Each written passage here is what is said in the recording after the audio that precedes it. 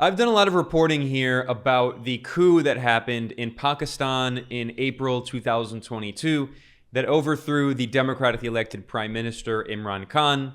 Imran Khan himself said repeatedly that the reason he was overthrown in a parliamentary coup backed by the United States was because of his independent foreign policy, and especially because of his close alliance with China, his growing relationship with Russia. Also, he made comments in support of Iran and calling for the end to Western sanctions on Iran. And I have a separate video and podcast about that. And of course, Imran Khan also has always strongly supported Palestine and opposed the recognition of the colonial regime in Israel. Today, I'm going to focus on his relationship with China and Russia, and specifically the issue of Ukraine. I've done extensive reporting about the Global South's position over the proxy war in Ukraine. 87% of the global population is living in countries that have been either neutral or have basically just supported Russia in the proxy war in Ukraine.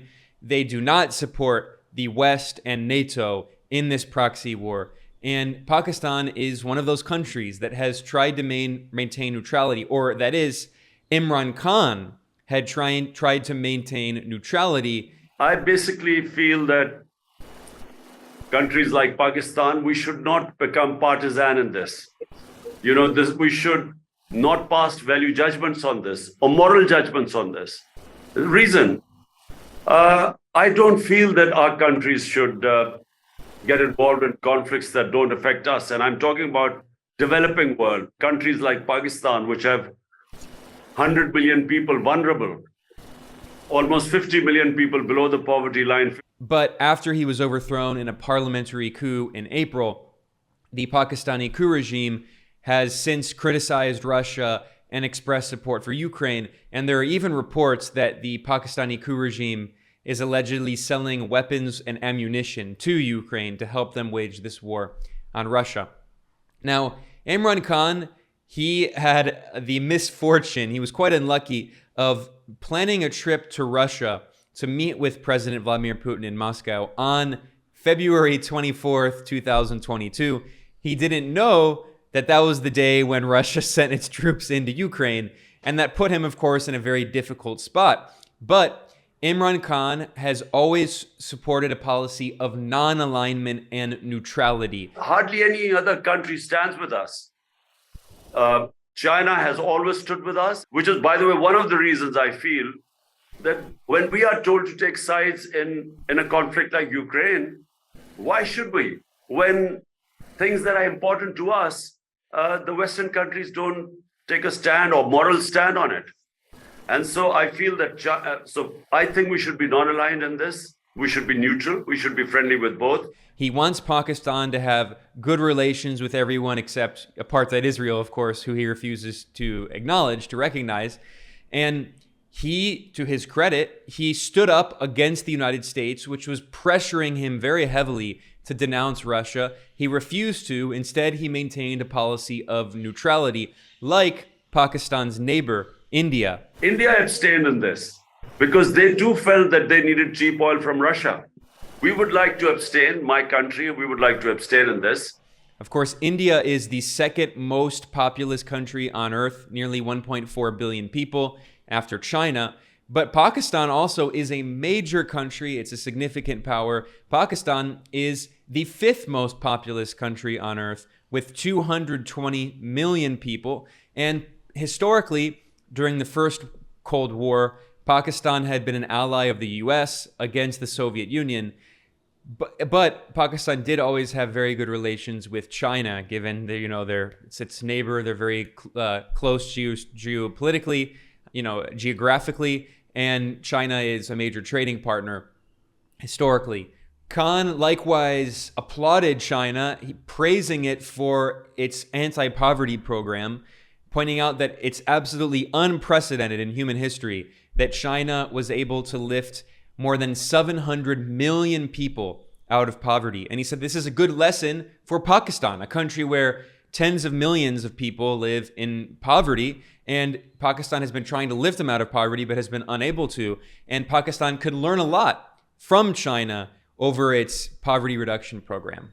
I have seen the development of China in the last 30 years, and I must say, what they have achieved is there is no precedence in human history of what China has achieved.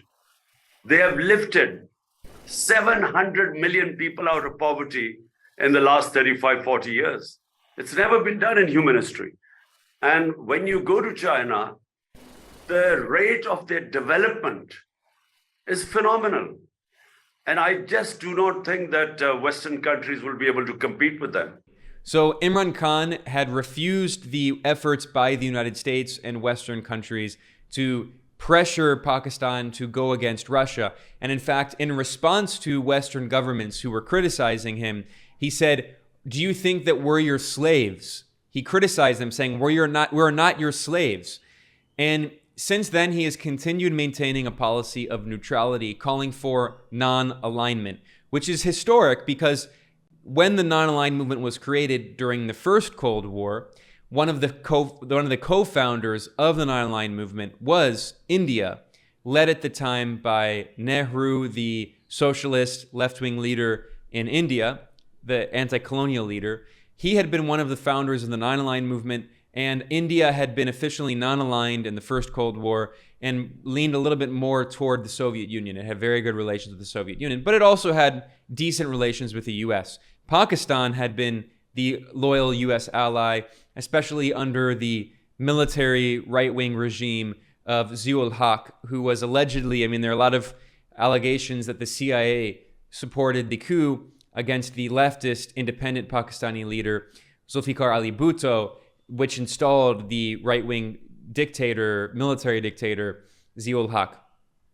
He was an ally of the US and Pakistani intelligence ISI, allied with the CIA and Saudi Arabia in the proxy war in Afghanistan against the Soviet Union, supporting the Mujahideen. Imran Khan represents a new kind of Pakistani nationalist politician who wants to be independent and non-aligned.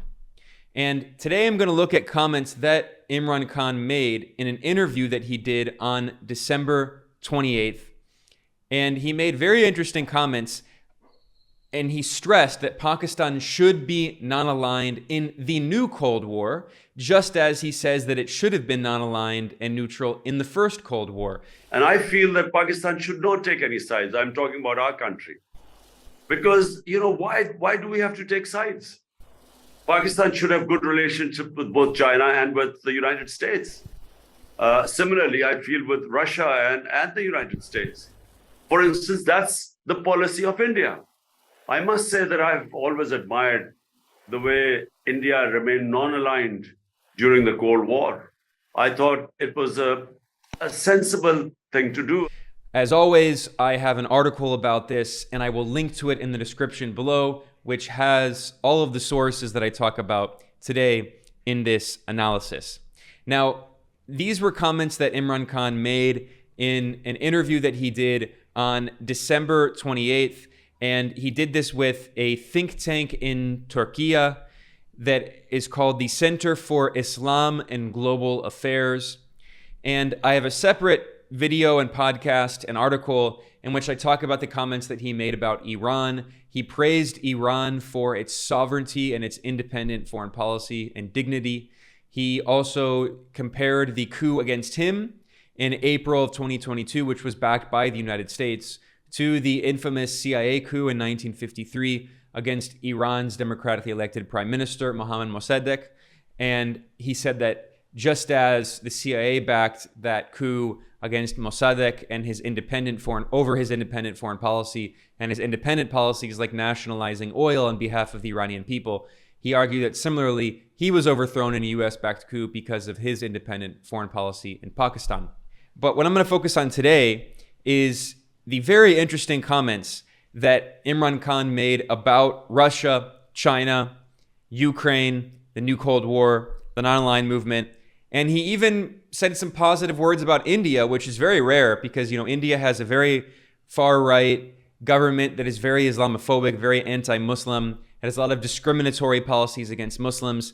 The Indian government is ruled by the BJP, which is a right-wing Hindu nationalist party. and its Prime Minister Narendra Modi has taken a hard line. And of course, historically, Pakistan and India have had very, negative relations. They've fought wars, territorial disputes. They have a dispute over Kashmir, and Pakistan historically, basically its leaders almost never say anything positive about India. But Imran Khan, to his credit, can recognize when India, in terms of its foreign policy, is maintaining an independent, sovereign foreign policy. And he has praised India for its refusal to take a position in the new Cold War, just as it refused to take a position in the old Cold War, and for its independent foreign policy. So I'm going to begin looking at comments that Imran Khan made about Russia and Ukraine. And he insisted that countries in the global south should be neutral, they should not take a position, and they should be non-aligned. He also talked about how important Pakistan's economic relations are with Russia. Pakistan wanted to buy cheap oil from Russia. It wanted to import wheat from Russia. Of course, Russia is the world's second largest oil exporter after Saudi Arabia. Russia is the world's largest exporter of wheat. And Pakistan also was trying to build a gas pipeline with Russia. And now the US-backed Pakistani coup regime has put the pause on that plan for a gas pipeline between Russia and Pakistan. And he stresses that the Western sanctions on Russia over the war in Ukraine, which led to a massive increase in energy prices, have those sanctions and the rise in commodity prices and oil prices have caused serious problems for countries like Pakistan, which rely very heavily on imports, and therefore their balance of payments issues have gotten worse, and they've been running more and more deficits and current account deficits. So now here are the comments that Imran Khan made in this interview on December 28th. I happened to be visiting Moscow on the day when Russia decided to go into Ukraine. So, I had a meeting that same day with President Putin. So I know the Russian point of view. And the Russian point of view is that we had repeatedly indicated to the Western countries that we would not allow NATO to come right onto our doorsteps. And their argument is that just like the United States would not want Russia to come in and say in Mexico and with all their weaponry. So the conflict from the Russian point of view has been triggered out of fear that if NATO moves in to Ukraine, which they felt should have been demilitarized or should have been neutral, they felt that then the security of Russia was at stake. And the other thing was that President Putin kept saying that in the past, Western leaders, American leaders, had all told him that, look, this will not happen. And they had given him assurances. And so unfortunately, he said that these assurances were broken and hence the conflict. The Western point of view is very straightforward, that this is Russian aggression. It's invasion. It's coming into they invaded a country and they're blaming Russia for all this destruction that is taking place due to war. So now my point of view, I basically feel that countries like Pakistan, we should not become partisan in this. We should not pass value judgments on this or moral judgments on this. The reason, I don't feel that our countries should get involved in conflicts that don't affect us. And I'm talking about developing world, countries like Pakistan, which have 100 million people vulnerable, almost 50 million people below the poverty line, 50 million people above the poverty line. And so when we make moral judgments in conflicts, it comes at a cost for countries like us. So, for instance, we would have wanted cheap oil from Russia. We would have wanted 2 million tons of wheat from Russia. A gas pipeline was arranged with a Russian company. So all that gets affected the moment you take sides. And our neighbor India, which is a part of the Quad, which is a strategic military, economic military alliance with the United States, India abstained in this because they too felt that they needed cheap oil from Russia. And what this conflict has done, post the COVID situation, where already there was a commodity super cycle, and this conflict has raised energy prices to the level which is causing a lot of problems in Europe. We all know that in Europe, they are suffering from gas shortage and energy prices spike. But in the developing world, it has caused a massive problems in our balance of payments because it has just, the oil prices going up. I know they're coming down now, but that caused an enormous problem for countries like us.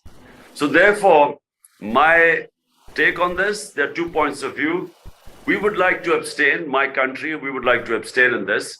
But I do feel that this conflict has caused massive problems all over the world. Imran Khan not only insisted that Pakistan should be neutral in the new Cold War and it should have been neutral in the first Cold War, he also insists that Pakistan should have been neutral in the U.S. so-called war on terror. He's been a longtime critic of the U.S. war on terror. He organized big protests in Pakistan against the U.S. drone assassination program. And here, once again, he reiterated that Pakistan should be neutral. So when come 9/11, Afghanistan gets invaded by the Americans. Now Pakistan government took this stand, which I opposed. We should have stayed neutral. They started supporting the U.S. war on terror. Later on, Khan stressed that China has been a key ally of Pakistan. China has supported Pakistan when Western countries have refused to support Pakistan. He referred to Beijing as a friend in need. And he also said that Pakistan should maintain good relations with China, Russia, and the U.S., once again stressing the importance of non-alignment. The problem is that, when we have weak countries, we developing countries are pushed to take sides. And I feel that Pakistan should not take any sides. I'm talking about our country. Because, why do we have to take sides? Pakistan should have good relationship with both China and with the United States. Similarly, I feel with Russia and the United States. For instance, that's the policy of India. I must say that I've always admired the way India remained non-aligned during the Cold War. I thought it was a sensible thing to do. I mean, when you become part of a bloc, that means that the whole other bloc is excluded from you. And of course, great powers do put enormous pressure on you to take sides. So let me first say that China-Pakistan relationship goes back a long time, 60 years. And China has been what we call always a friend in need. China has stood by Pakistan, whether it is on international forums, on politics. For instance, Kashmir is an issue, a United Nations resolution on Kashmir stating that there should have been a plebiscite in Kashmir for the people of Kashmir to decide whether they wanted to be with India or Pakistan. And that right was not given to them. But hardly any other country stands with us. China has always stood with us, and I must say, Turkey has stood with us. But even Muslim countries, despite knowing the injustice going on in Kashmir, just like in Palestine, they do not stand with us. Which is, by the way, one of the reasons I feel that when we are told to take sides in a conflict like Ukraine, why should we? When things that are important to us, the Western countries don't take a stand or moral stand on it. And so I feel that, I think we should be non-aligned in this. We should be neutral. We should be friendly with both. Well, talking about China, Imran Khan also praised Beijing for lifting more people out of poverty than any country in history, more than 700 million. And he said that Pakistan should emulate what China's been doing in its fight against poverty because there are so many people in Pakistan who also suffer from poverty.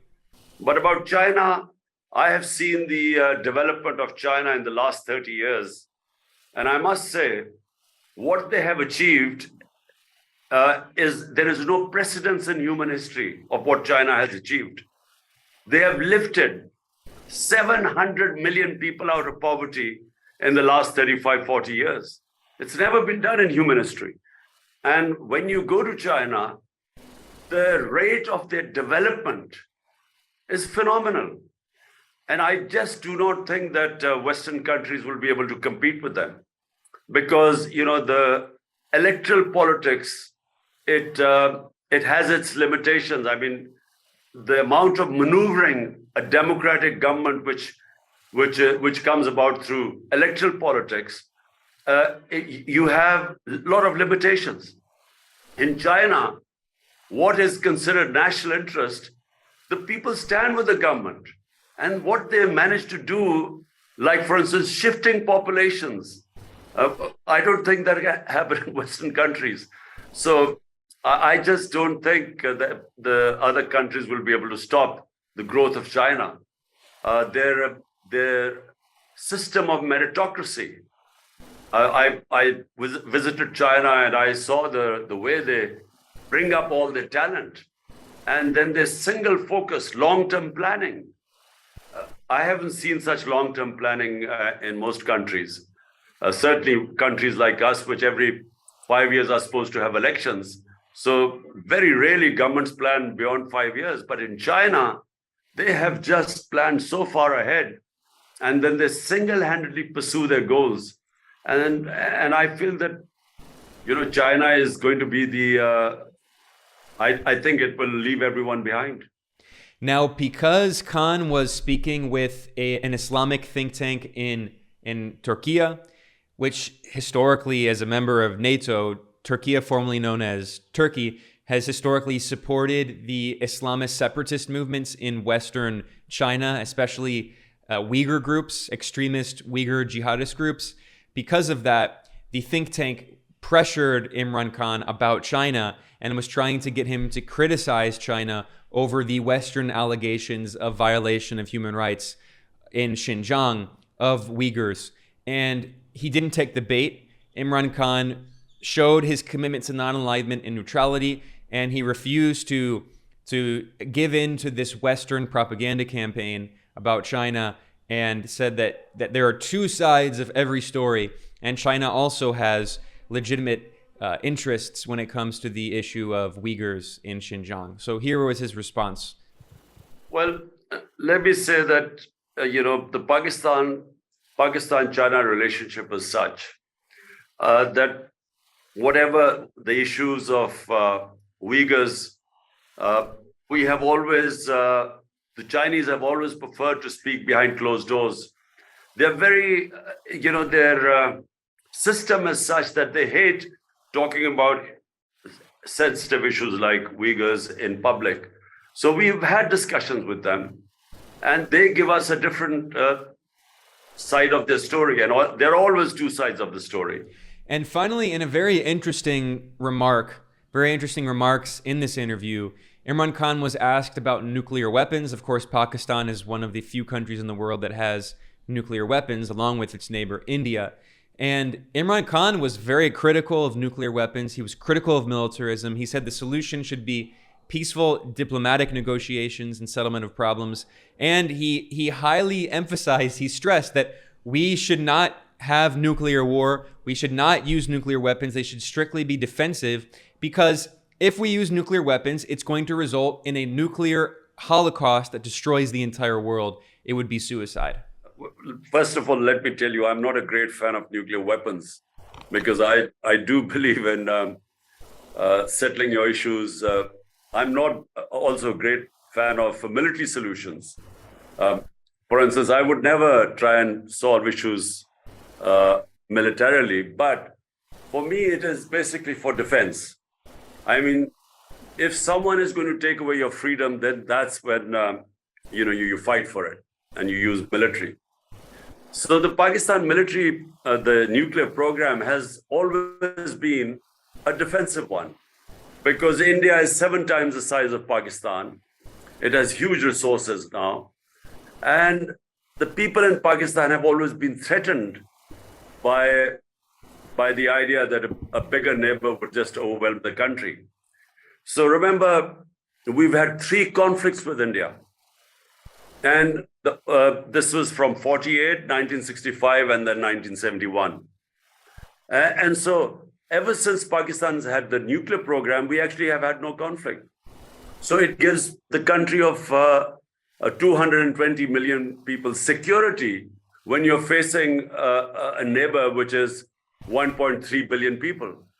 And hence, it's a nuclear program for Pakistan is essentially defensive.